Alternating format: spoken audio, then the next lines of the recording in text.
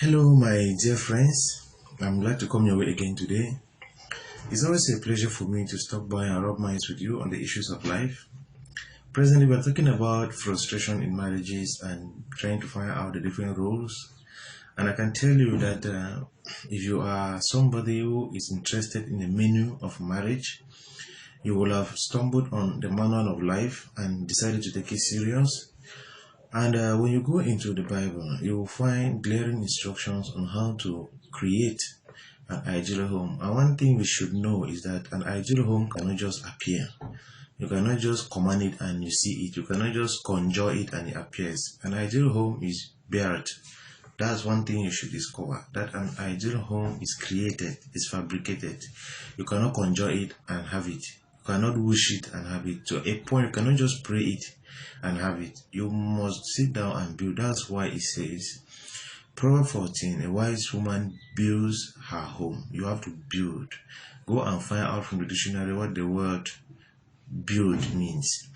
But today I want to focus more on the role of the husband. I deliberately decided to start with that, even though in Ephesians 5 it starts with that of a woman. The reason is because if I see a car that is always having accident, I blame the driver, not the passengers in the car. So that's why I'm focusing on the head of the home and telling you that in that scripture you will find some instructions that are pertaining to the husband. And it says in that Ephesians chapter 5 from verse 24, it says, Husbands, love your wives, even as Christ loved the church and gave himself for it. That singular verse is pregnant with a lot of demands. Even as Christ loved the church. You need to find out at a particular point where Christ was demonstrating his love for the church. How was the church?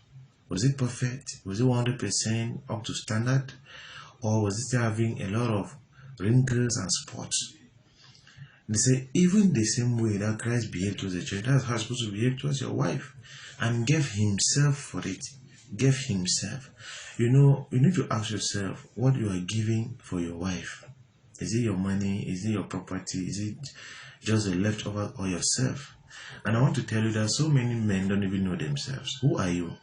If they say he gave himself to the church, who was he? Who are you?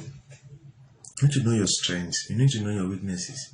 You need to even have goals in life. You need to know what makes you you. And it is that who you are that you are giving to your wife. Your very essence, right? Your very essence. And that's what Jesus gave for the church. The church was not perfect. And he gave himself, his very essence, his very life for it. And because he gave himself for it, verse 26 says that he may sanctify and cleanse it. What is it sanctifying? If the church was already sanctified, there will be no need for sanctification. If the church was already cleansed, there will be no need for cleansing again. So that is to tell you that you will discover so many things about your partner. They may be nasty, seriously nasty, right? Repulsive, that is as if you should run away. But Jesus did not run away. No, he decided to sit there, sanctify and cleanse it, and washing it with the water of the word. That is why, for instance, all the Bible I know is not even to preach. It's for my home. It's for my wife. So that I can know how to relate with her better. So that I can know how to come in where she is so weak and where she is so shortcoming. So that I can know how to intervene. Because you are not washing her with wine. You're washing her with the word. You are not building her to be according to your own ambition. You are building her to become what she was destined to be like. Right? And one thing you will notice is that so many husbands don't even know the Bible. They're not interested in even digging through scriptures to find out how life is supposed to be, so that they can now become like the pastors of their wives. Why is it that so many women run to pastors of churches, but they don't consult their husbands on anything? Your wife is supposed to wake you up anytime and ask you any question on anything about life. Because you are the head, you are the model, and you are supposed to be able to say something, right?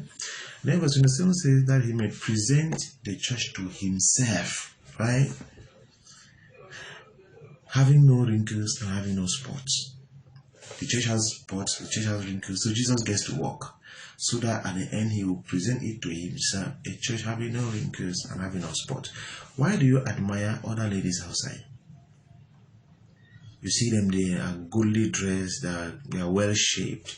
You see them, they are shiny. You see them, they are looking, let me say, sexy. You see them, they are wonderful. Why? Who is taking care of them?